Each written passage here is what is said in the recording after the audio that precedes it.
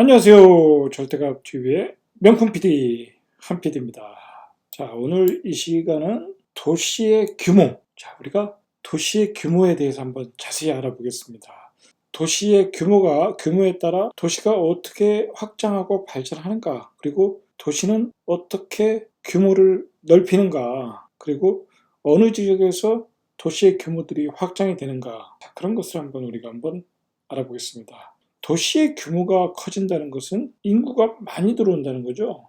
자, 그곳에 또 일자리도 많다는 거죠. 자, 당연히 규모가 커진다는 것은 그곳의 상권이 커진다는 거죠. 자, 그런 점에서 당연히 그 주변의 도시의 규모가 자꾸 커진다는 것은 그 지역의 집값은 당연히 올라갈 수밖에 없는 거죠. 자, 그런 관점에서 도시의 규모는 중요하다. 자, 그리고 우리가 그 도시의 규모가 작다면은 기본적인 교통 인프라도 빈약할 것이고, 상권도 빈약할 것이고, 교육 환경도 빈약하겠죠. 자, 그런 의미에서 이제 그 규모가 중요한 것이다. 이제 그런 점에서 우리가 한번 규모를 살펴보자. 규모에 대해서. 이번 상승 사이클에서 서울 쪽에서, 서울 도심에서 가장 핫했던 게 바로 이 흑성 뉴타운이었죠. 여기 아크로 리버하임. 자, 여기 한강이 보이는 뷰는 지금 한 19억 가죠. 분양가 한 7억 5천인데 19억 11억 5천 정도 올랐네요. 분양가보다 더 올랐습니다. 역세권의 한강 조망권. 자, 그리고 강남에 대한 접근성. 자, 중요한 거는 만약에 여기만 이렇게 그 개발이 되었다, 재개발이 되었다, 그냥 뉴타운 방식이 아니라 흑성 뉴타운이지 않습니까, 여기가? 자, 그렇다면은 이 정도의 가격이 안 됐을 수도 있다라는 거죠. 아무리 역세권의 한강 조망이라고 해도. 자, 이 가격이 강세를 띌 수 있었던 배경에는 바로 이제 흑성 뉴타운 전체가 다 개발이 됐다. 전체가 블락화됐다는 거죠. 자, 블락화돼 가지고서 주변의 주거 환경이 좋아진다는 거죠. 여기 언덕길이고 고바위길이고, 그리고 허름한 집들이 어마어마하게 많지 않습니까? 그래서 재개발된 거지 않습니까, 여기. 자, 제일 먼저 개발된 게 흑서 한강 센트럴빌. 자, 그 다음에 이거 리버하임. 그 다음에 요번에 대변인이 샀다가 아주 고생을 한 뉴타운 있지 않습니까? 그것도 이쪽에 있고. 자, 이렇게 블록화해서 개발을 한다. 자, 그런데 서울의 어떤 집값의 이번 상승 사이클에서 서울의 그 집값의 상승세의 선두주자라고 해야 되나요? 자, 그건 당연히 뉴타운이었습니다. 뉴타운. 일부 지역, 어떤 한 지역의 어떤 재개발, 재건축보다는 바로 그 블록화된 뉴타운 쪽의 개발의 집값들이 엄청 땄죠. 대표적인 게 이제 도니문 뉴타운이죠. 볼 것도 없죠. 강북의 대장. 자, 여기 경희궁 자유를 진 이곳이죠. 자, 이것도 이 블락을 경희궁 자유로 다 쓸어버렸죠, 그냥. 그래서 뉴타운을 만들었죠. 여기 입지야 말할 필요가 없는 입지죠. 광화문에 도정거장, 차로도 한 10분, 종로도 여기 바로 을지로, 그 다음에 서울역, 그 다음에 명동 백화점. 최고의 입지죠. 최고의 입지입니다. 자, 그런데 여기도 조그맣게 재개발이 되었다. 자, 그러면 또 얘기가 틀려지죠. 왜냐면 이 지역에 사는 사람은 이 지역이 전체가 다 좋아지면 그만큼 부촌이 확대되는 거 아닙니까? 블락의 확대, 재개발 구역의 확대, 그게 뉴타운 개발이었고, 그런 개발 방식이 13년도 상승장에서 어떤 대장의 역할을 했다는 거죠. 자, 그런 지역이 또 하나 보시죠. 자, 그런 지역의 대표적인 게, 자, 바로 이 지역입니다. 자, 여기는 보시기에도 깔끔하죠? 옛날 모래내라고 그러죠? 모래내. 자, 모래내. 자, 여기 그리고 옆에 수생 뉴타운 있고, 이 수생 뉴타운도 이제 점진적으로 개발을 하고 있습니다. 자, 근데 이 가제울 뉴타운이라고 하죠. 가제울 뉴타운. 자, 여기도 입지가 좋죠. 자, 상암동 바로 맞은편. 자, 상암동에 어마어마한 직장이 있죠. 벤처기업들이. 자, 그리고 홍대 신촌이 또 가깝죠. 자, 그리고 여기가 버스 노선이 또 어마어마합니다. 버스. 시내 중심으로 가는 버스 노선 어마어마하다. 그리고 디지털 미디어 시티와 가깝고. 자, 여기 마포로 가는 쪽이고. 그러니까 교통 어떤 입지로 보면 나쁠 게 없죠. 자, 신촌이 또 가면 연세대가 바로 여기고. 자, 그런데 이 아파트가 처음에 입주를 할 때 정확히 어딘지는 모르겠는데 이게 분양가가 꽤 비싸다고 했죠. 정확히는 모르겠는데 뭐 5억 했었나요? 뭐 지금 뭐 이제 10억이 넘죠? 이게 10억이 넘습니다. 이게. 자, 그런데 이 아파트가 어느 때부터 탄력을 받았냐면 그 상승장에서 이 주변의 아파트들이 이렇게 블록화되면서 탄력을 받은 거죠. 자, 여기도 한번 가보시면 여기도 실제로 가보시면 뭐랄까요? 아주 주거 환경이 좋습니다. 보시다시피 이렇게 딱 봐도 좋지 않습니까? 이렇게 새 아파트들로 다 찾고 당연히 도로도 다 정비가 되어 있고 그 다음에 이 상가라고 그러죠. 상가들도 아주 깔끔하게 되어 있고 그 전과는 다른 자 이렇게 블록화 되면서 힘을 받았다. 예전에는 이제 이렇게 상암동처럼 택지지구를 져가지고 아파트를 졌죠. 예전에는 목동도 마찬가지고. 자 근데 지금은 그렇게 개발할 수 없는 거니까 서울은 이제 그렇게 개발할 땅이 없으니까 재개발 방식을 뉴타운 방식으로 해서 이제 이렇게 개발을 했는데 이런 것들이 이제 가시화됐다는 거죠. 자, MB 정권에 시작했던 것이 이제 꽃을 피웠다. 자, 이제 상암동도 여기 수생 뉴타운도 이제 그런 식으로 지금 개발을 하고 있는 거죠. 자, 수생 뉴타운도 여기에 이제 DMC 롯데캐슬 들어오고 이쪽에 지금 짓고 있죠. SK 뷰 짓고 있고 자 그리고 이쪽들도 이제 개발을 추진하고 있고 자 그 다음에 여기 이제 증산타운이 있고 다 그런 식으로 이렇게 블록화된다는 거죠. 자 그러면 이쪽들이 다 이제 개발이 되겠죠. 자 그러면 이쪽들이 어떤 거대한 그 어떤 은평구의 어떤 그 빌라촌 자 그런 이미지를 벗어나서 어떤 그 10억대 이상의 아파트 촌을 이루는 거죠. 자, 그러면 이제 주변 상권도 고급화 되겠죠. 자, 그러면 또 은평구의 어떤 그 옛날의 이미지를 다 벗어나는 거죠. 자, 중요한 거는 이렇게 큰 규모로 블록화하면서 아파트들이 시세를 폭발했다. 자, 한 곳만 더 보시죠. 신길루타운이죠. 자, 신길루타운 역시 마찬가지죠. 여기 이제 신안산선이 또 들어오고 예전에 여기 이제 뭐 빌라촌이었죠. 그 뭐라 그럴까요? 그 주거 환경이 안 좋은 주거 환경 개선이 필요한 빌라촌을 뉴타운으로 지정해서 이렇게 블록하면서 집값이 이 어떤 서로 간의 어떤 시너지 효과를 발휘해서 이렇게 크게 올라갔다. 자, 이런 게 바로 이제 규모의 가치입니다. 규모를 크게 할수록 집값은 더 올라가더라는 것을 이제 서울에서 펴줬죠. 자, 여기서 우리가 배울 게 뭐겠습니까? 자, 규모를 크게 하면 주변의 주거 환경이 좋아진다. 소위 말해서 어떤 부촌이 확대된다는 거죠. 동질성의 집단들이 많아진다는 거죠. 제가 항상 얘기하지만 사람의 심리는 자기와 비슷한 수준의 사람들하고 살고 싶어 하는 거죠. 자, 그런 동질성의 집단이 많이 산다. 자, 그렇게 되고 상권도 어떤 그 수준에 맞게 체질화된다. 변화가 생긴다. 자, 그 얘기는 그 사람들이 살기에 그 정주 요건이 좋아진다라는 것이죠. 자, 그런데 이거는 이제 중요한 것은 재개발, 재건축을 해야 되는 지역에서 블록화의 사례이죠. 그게 이제 뉴타운 방식이 이루어졌다는 거죠. 자, 그런데 우리가 한번 그 서울 수도권, 자, 신도시로 가보시죠. 가장 좋은 예가 이제 경부축이죠. 우리가 뭐 두말할 것도 없이 경부축이죠.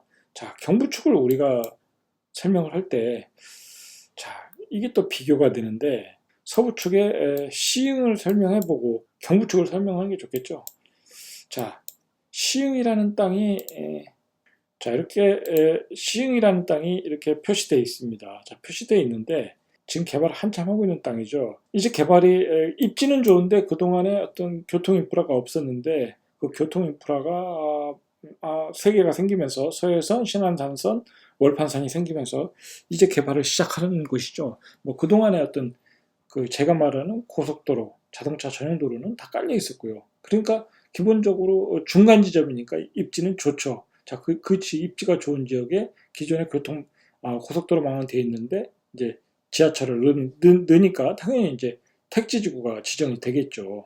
자, 그런데 보시면 아시다시피 시흥이 이쪽에 옛날에 은행지구가 있는데 뒤쪽에다가 은계지구를 지정해서 하나의 큰 택지지구를 만들었고 그리고 시흥시청역에 장현지구 트리플 역세권을 만들어서 어떤 그 행정복합타운의 중심을 만들었고 그리고 150신도시에 대학교 캠퍼스를 유치해서 어떤 4차 산업의 연구단지를 이제 만들겠다고, 경제자유구역을 만들겠다고 이렇게 이제 했죠. 그리고 목감까지 한 4개의 택지지구를 만들었죠. 자, 기존에 정한 구도심이 있고, 자, 그런데 여기가 인구가 다 돌았을 때 한 70만 정도입니다. 70만이면 절대 적은 게 아니죠. 70만이면 천안보다도 많은 겁니다. 그리고 이 안산도 67만입니다. 그러니까 안산을 오버하는 거죠. 안산을 넘어가는 겁니다. 인구로 보면. 자, 그런데 단점이 뭐냐면 보시다시피 70만이라는 규모의 경제는 되는데 이렇게 떨어져 있다는 거죠. 이 목감 따로 있고 장안 따로 있고 백오 따로 있고 은계 따로 있고. 자, 물론 이제 여기에 이제 테크노밸리가 들어서고 뭐 이쪽에 또 하중지구가 들어서고 뭐 거무지구가 들어서는데도 불구하고 떨어져 있다는 거죠. 이쪽엔 또 산이 막혀 있고 군자봉으로 또 막혀 있고 이 연결성이 떨어진다는 겁니다. 도로 간의 연결성은 뭐 그렇게 큰 문제는 없습니다. 워낙 주변에 도로망이 좋아서 그건 문제가 없는데 도시가 연결성이 떨어진다는 거죠. 자, 이게 뭐냐면 중간에 마가 뜬다고 그러죠. 마가 뜨다 보니까 어떤 인프라를 이용하기가 쉽지가 않다는 거죠. 주변 택지지 구간의 인프라를 이용하기가 쉽지 않다. 예를 들어서 장현지구에 계신 분들이 나중에 서울대학교 병원이 생기면 서울대 병원을 이용하기가 쉽지가 않다는 거죠. 뭐 자차로 오면 거리는 얼마 안 되지만 예를 들어서 대중교통을 이용한다거나 뭐 그러면 그게 또 쉽지가 않다는 거죠. 이게 바둑판처럼 택지직구가 돼 있어서 뭐 버스를 타고 한 5분 만에 간다든지 10분 만에 간다든지 자 그렇지 않다는 거죠. 자, 목 감지고 있는 사람도 100곳에 병원에 오기가 불편하겠죠. 마찬가지로 100곳에 있는 사람이 서울 장현지구 시청에 가기 불편하겠죠. 그러면 100곳에 있는 사람이 은계지구에 있는 뭐 호수공원을 보러 간다든지 뭐 그쪽에 어떤 상권을 이용한다든지 자 그런 점도 좀 쉽지 않다는 거죠. 이곳이 허벌판이니까. 자, 이 시흥의 택지지구는 이제 그런 점이 단점이다. 이게 이제 규모의 경제는 되는데 연결성이 떨어지는 거죠. 자, 제가 이제 말씀드리는 건 뭐냐면 그 도시와 도시 간의 어떤 그 연결성이 매우 중요하다는 거죠. 그 자체가 하나의 메트로폴리스를 만드는 거죠. 자, 그게 왜 중요하냐면 도시와 도시 간의 메트로폴리스를 만들어 버리면 그 주변의 정주 여건이 급속도로 좋아진다는 겁니다. 급속도로. 일단은 그 경부축을 보시죠. 그 아주 모범적인 사례. 여기 그래서 강남의 배후도시 베드타운으로서 분당을 만들었고 그 다음에 산업단지 첨단 산업단지 판교 이를 만들었고 2, 3을 준비 중이고 뭐 그리고 이제 뭐 계속 뭐 조그맣게 무슨 고동지구니 무슨 지구니 해서 계속 만들고 있지 않습니까?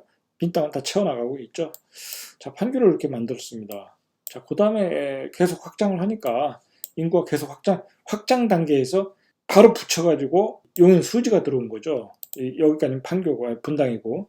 자, 그 다음에 그 옆에 또 죽전을 만들고 단국대가 들어오면서 또 죽전을 만들고 자, 계속 확장이 되는 거죠. 뭐 기존의 수원에서 신분당선을 연결해서 광교를 또 여기다 만들고 계속 연결이 되는 거죠. 자, 그 다음에 반도체 산업이 또 발전을 하면서 계속 그 어떤 삼성의 캠퍼스가 확장이 되면서 하청업체들이 또 계속 들어오고 어떤 대한민국 제조업이 부흥을 하면서 또 역시 여기 동탄이란 거대한 도시를 만들게 되었고 말씀드린 대로 그런 그 주변의 어떤 그 산업단지 일자리 그 증가 자 그런 걸로 인해서 또 수원의 구도심도 재개발 재건축 들어가고 자 그렇게 인구가 많아졌지 않았습니까? 이렇게 많아진 거죠. 이 산업의 발전 축이 넓어지면서 자 그리고 그게 이제 평택까지 간 거 아닙니까? 평택에 고도까지 삼성의 캠퍼스를 만들게 되니까 자 평택 라인까지 이렇게 계속 메트로폴리스가 연결이 된 겁니다. 경부축이 거대하게 연결이 됐다는 거죠. 자 그러면 당연히 뭐 제가 이제 정확한 통계는 모르겠는데 잠깐 자료를 보니까 이게 한 620만이라고 그러더군요. 620만. 분당에서 평택까지 정도요. 그 정도까지 뭐 한 620만이라고 합니다. 그 620만에 몰려 있다 이 경부축에. 그러니까 당연히 이 지역의 교통 여건은 계속 좋아질 수밖에 없죠. 뭐 광역버스는 당연히 좋아지는 거고, GTX-A를 깔 수밖에 없는 거고, 그리고 SRT가 또 지나갈 수밖에 없는 거고. 자, 이게 또 이제 뭐 지제역까지 가지 않습니까? SRT가. 자, 그 다음에 GTX C가 또 수원까지 들어오게 되고, 자, 인구가 다 몰려 있으니까 이런 교통망이 좋아지더라는 거죠. 그래서 경기도는 이 지역이 뭐라 할까요? 경제, 어떤 산업, 모든 것에 어떤 축이 된 거죠. 자, 그래서 수용성이 나온 겁니다. 자, 수용성. 뭐 왜 이번에 시장에서 급등을 했겠습니까? 당연히 공급이 모자르다. 앞으로 2, 3년 동안. 자, 그러면서 투자자들이 어마어마하게 들어간 거죠. 법인 계좌를 이용해서.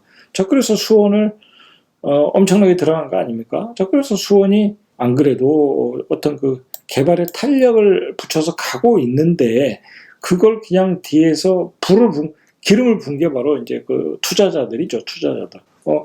어쨌든 그런 개발 계획이 계속 많이 돼 있다는 건 인구가 몰려있고, 인구가 몰려있다는 건 이렇게 도시와 도시 간에 촘촘하게 연결되면서 어떤, 신도시, 택지지구가 이렇게 연결되면서 이런 거대한 메트로폴리스 620만의 도시를 만들었다는 겁니다. 자, 그러면서 무슨 현상이 생겼냐? 그러면 생각해 보세요. 이렇게 620만이 도시가 있는데 여기 인구가 몰려 있고, 그리고 그 유통업계에서 이야기하기로 그분들이 이제 어떤 그 상권 분석이 소비자 분석이 뛰어난 분들이니까, 자, 그분들이 이야기하기로는 이곳은 고수도권이 많다고 합니다. 고수도권이. 자, 그렇지 않겠습니까? 하이닉스 다니시는 분들이 맞벌이만 해도 연봉 1억이 넘겠죠. 삼성전자 다니시는 분 웬만하면 차장급만 해도 연봉 1억이 되나요? 되겠죠? 자, 그러면 그분들 연봉이 맞벌이면 또 2억. 여기 또 연구소들이 얼마나 많습니까? 그 사람들 고액 연봉이고. 자, 그런 사람들이 있으니까 그 광교라는 고퀄리티의 명품 도시가 나온 거죠. 그렇게 그 사람들의 수준에 맞춰서 만들었고, 처음엔 그게 분양가가 비싸다 했는데 전혀 그렇지 않은 거죠. 그런 수요가 많았던 거죠. 많아서 또 이렇게 동탄까지 개발을 한 거 아니겠습니까? 동탄도 이제 그 수준에 맞춰서 개발을 하고 있다는 거죠. 자, 그러면 그 사람들이 이제 분석을 해보니까 620만, 일자리도 많고, 도시가 촘촘하게 연결되어 있고, 교통망도 이제 서울 접근성도 좋아지고 있고, 그리고 지하철도 계속 깔리고, 신분당사는 호매실까지 또 연장해준다고 하고, 자, 그러다 보니까 그러면 남는 게 뭐냐면, 바로 이제 백화점, 아울렛, 자, 그런 대형 매장들이 들어오는 게 일이죠. 여기가 돈밭이 된 거죠, 돈밭이. 자, 그런 대형 매장들이 어디에 들어오냐? 한번 보시죠. 제가 한번 정리해 봤습니다. 자, 우리가 예를 들어서 세종시에 또 골칫거리가 뭐냐면 상권이지 않습니까? 상권도 제대로 안 되고, 영업도 안 되고, 그리고 아직 백화점도 못 들어오고 있다. 그래서 백화점을 좀 빨리 져라. 이거 세종 시민들이 이제 그 요구를 하고 있는 상황이고, 행복청은 또 추진하지만 사업자가 안 나타나는 거죠. 부지 자체가 거의 1조라고 그런가요? 부지 자체가 보통 백화점이 들어올 자리가 아닙니다. 거기는 한 70만 이상 돼야, 거기 7, 80만 이상 돼야 그 백화점에서 영업이 가능하지. 그거 50만 가지고도 제가 보기에는 쉽지 않습니다. 그거. 자, 그런데 그 백화점에 못 들어오는 거죠. 규모의 경제가 안 된다는 거죠. 30만 가지고는 택도 안 되고, 거기에 한 2조가 들어간다고 합니다. 이것저것 지고 땅값까지 하면. 그래야 그 백화점이 이제 운영이 된다고 그러는데, 그 정도 돼야. 근데 안 된다는 거죠. 근데 그 지역에 사시는 분들은 굉장히 백화점을 원하지 않습니까? 자, 그 어떤 대형 매장들을 원하는데, 자, 이 지역은 그런 게 그냥 계속 들어온다는 겁니다. 계속. 이 지역에 사는 사람들이 무감각할 정도로 그걸 호재라고 생각하지 않을 정도로 계속 들어온다는 겁니다. 그냥 당연히 들어오는 걸로 생각을 하는 거죠. 자, 그게 가능한 게 바로 이러한 그 메트로폴리스. 자, 신도시와 신도시들이 계속 연결돼서 촘촘하게 연결되어 있다는 거죠. 자, 촘촘하다는 게 중요한 거죠. 자, 촘촘하다는 얘기는 뭐겠습니까? 교통망이 좋다는 거죠. 자, 보십시오. 자, 여기에 그 프리미엄 아울렛, 롯데 프리미엄 아울렛이죠. 자, 여기에 들어왔습니다. 그 다음에 여기 이케아 자리, 여기에 이케아 자리, 여기에 프리미엄 아울렛 자리입니다. 자, 보시면 동탄은 이 경부 축에 제가 허리라고 말씀드리지 않았습니까? 자, 이게 사실은 그 행정구역은 기흥이지만 어떻게 보면 동탄, 수원 주민들이 이용하기 편하게 여기다가 편한 이용하기 편한 자리에 위치를 잡은 거죠. 자, 그리고 경부에서 바로 빠질 수 있도록, 그리고 이런 위치들은 항상 인터체인지 또는 JC, 자, 그런 곳에 이렇게 또 자리를 잡습니다. 자, 그래서 이제 교통에 이렇게 편리하게 빠질 수 있는 곳에 딱 자리를 잡은 것이죠. 자, 그래서 동탄과 수원에 있는 사람들이 이용하기 좋은 자리에 잡았다. 자, 그러니까 동탄, 수원 사람들이 여기를 이용하고, 자, 뭐 그분들만 이용하겠습니까? 이 밑에 그 오산도 있지 않습니까? 평택도 있고, 천안 사람도 오겠죠. 이케아는 천안에 없으니까 당연히 오겠죠. 롯데 프리미엄 아울렛도 이용할 수 있겠죠. 천안 쪽은 없으니까 그런 게. 천안까지도 이용하기 편리한 위치에 있다. 자, 그러면 이 밑에 쪽만 오겠냐 이거죠. 바로 이제 기흥, 수지, 넓게는 판교까지. 자, 판교까지 이용할 수 있는 위치에 이렇게 대형 몰들이 들어온다는 거죠. 자, 보시면, 자, 그 다음에 역시 뭐 마찬가지입니다. 뭐 일단 갤러리아 백화점도 보시죠. 자, 갤러리아 백화점도 여기에 들어오지 않습니까? 자, 이곳에 들어오는데 롯데 아울렛 광교점 바로 옆에, 자, 이곳에 들어오니까 수원에 계신 분들 이용하기 좋고, 뭐 용인 쪽에서 이용하시는 분도 좋고, 뭐 당연한 거죠. 그 다음에 동탄에 있는 사람들도 백화점을 이용하기 좋고, 자, 이런 곳에 이렇게 대형 매장이 들어오게 되는 것은 바로 이런 거대한 메트로폴리스, 600만의 어떤 거대한 메트로폴리스가 촘촘하게 만들어졌다. 자, 그러면서 상권도 좋아지더라. 자, 그러니까 당연히 이런 데는 정주 요건이 좋아질 수밖에 없는 거죠. 자, 그럼 안성의 스타필드를 한번 보시죠. 여기에 또 거대한 또 고독 신도시 삼성 반도체 캠퍼스가 들어서고 거대한 캠퍼스를 또 만들었죠. 자, 그리고 또 여기 또 인구가 또 어마어마하게 들어가는 거고. 자, 보시면, 자, 이게 이제 안성 스타필드죠. 여기 안성 스타필드인데, 자, 역시 안성 IC 근처에 이렇게 대형 몰을 만드는 거죠. 자, 이 바로 위에 또 평택이네요. 뭐 안성이라고 하지만은 거의 평택 상권이라고 봐야죠. 자, 평택 상권. 바로 이제 여기 평택에 뭐 택지주가 많으니까 여기가 고독이고. 자, 그러면 왜 여기다가 만들었겠냐 이거죠. 자, 경부축이지 않습니까? 자, 다 내려오라 이겁니다. 다 내려와라. 자, 동탄에서도 내려오고 수원에서도 내려오고 판교까지 내려와서 이용하는 거죠. 자, 그리고 자, 내려와서 이용을 하는데, 자, 판교 쪽에서 오기에는 좀 멀지 않습니까? 그렇지 않다는 거죠. 왜냐면, 자, 판교에서 오시는 분은 경부를 타고 가다가 여기서 놀다 가라 이겁니다. 놀다 가라. 자, 여기서 또 위에서 놀고 올라오다 여기서 먹고 쉬고 가라는 겁니다. 여기서 바로. 자, 이 아주 기가 막히게 만든 거죠, 이게. 정말 제가 보기에는 아주, 왜 여기다가 고향 삼성 스타필드의 2배의 규모로 만들었을까? 저도 고민을 해봤는데, 이거 뭐 논바닥 아닙니까, 여기? 다 논바닥이고, 주변에 그렇게 도시도 없습니다. 자, 그런데 중요한 거는, 자, 보십시오. 이 주변에도 620만의 도시가 있고, 제가 말씀드렸듯이 경부 쪽에 있는 도시들이 다 내려올 거고, 그리고 조금 멀다고 하는 분당, 분당 쪽에 사는 사람들도 이쪽에 와서 놀다 가라는 겁니다. 여기만 오지 말고 밑에 주변에서 놀다가 여기 와서 놀다가 올라가라. 마찬가지입니다. 놀다가 다시 올라갈 때 한번 들려서 먹고 놀다 가라. 라는 거죠. 자, 그리고 중요한 거는 천안 사람도 스타필드를 가겠죠. 천안? 자, 이거 몇 만이겠습니까? 아산까지 합치면 거진 100만 되죠. 자, 100만. 자, 그러면 여기 620만, 720만 그 정도 되는 거죠. 자, 물론 이제 수원 구도심에 스타필드가 있긴 한데 또 규모가 틀리니까. 자, 이 고속도로에 이렇게 인접해 있다는 겁니다. 이 인접해 있다는 얘기는, 자, 그리고 중요한 거는 뭐냐면, 자, 천안도 포함이 되지만 이거 잘 보시면 안성 스타필드가 아주 의미가 있습니다. 이게 보시면 청주도 멀지 않습니다. 청주도 이렇게 경부 타고 오다가 이쪽으로 오면 제가 보기에는 빨리 가면 뭐 한 40분, 제가 보기엔 충분히 이용이 가능한 겁니다. 그럼 청주도 한 80만, 뭐 대전까지는 그렇다 치더라도, 자, 청주도 딱히 그런 대형 그 어떤 그 스타필드만한 그런 상권이 없지 않습니까? 당연히 이제 이용할 수 있겠죠. 자, 이거 잘못하면 세종에 사는 사람도 가야 되는 상황으로 갈 수 있습니다.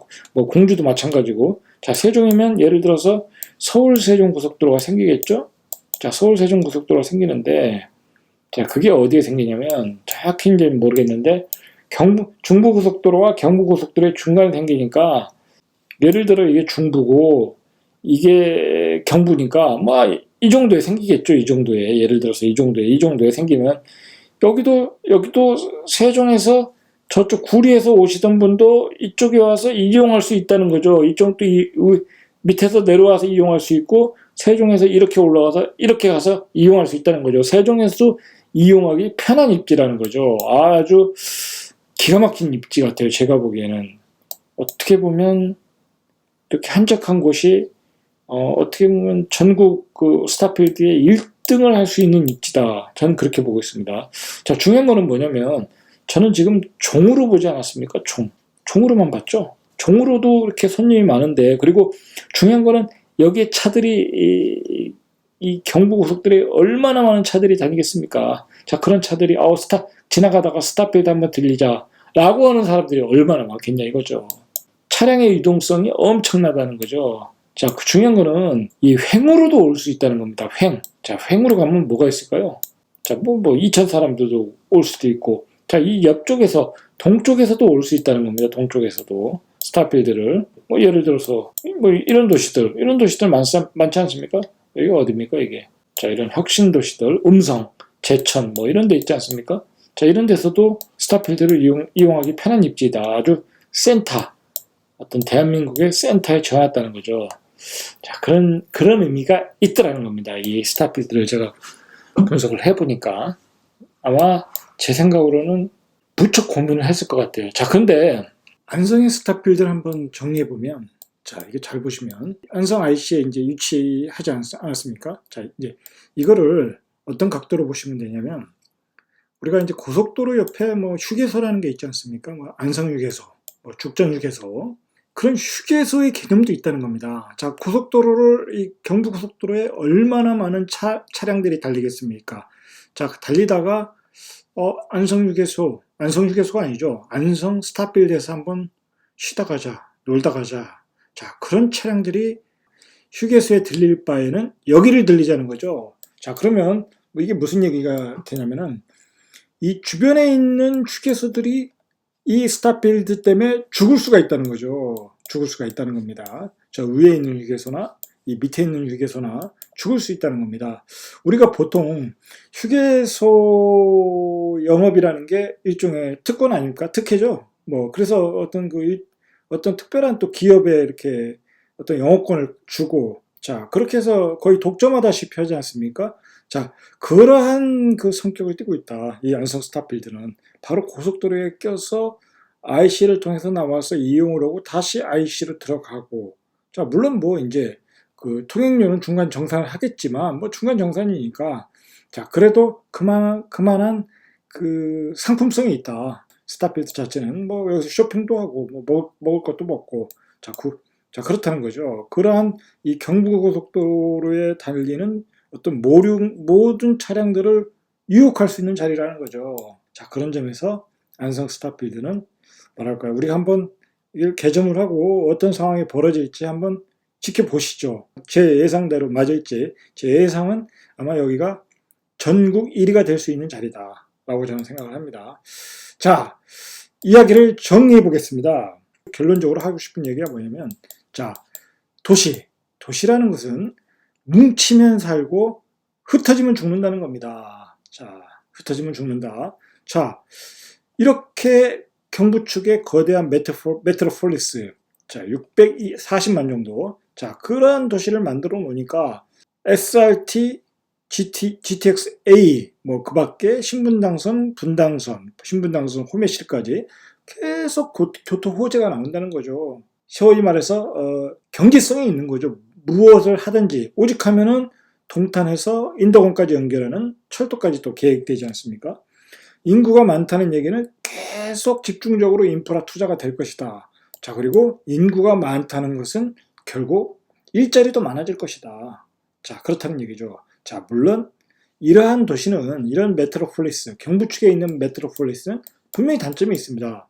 서울 도심에 비해서는 단점이 있죠.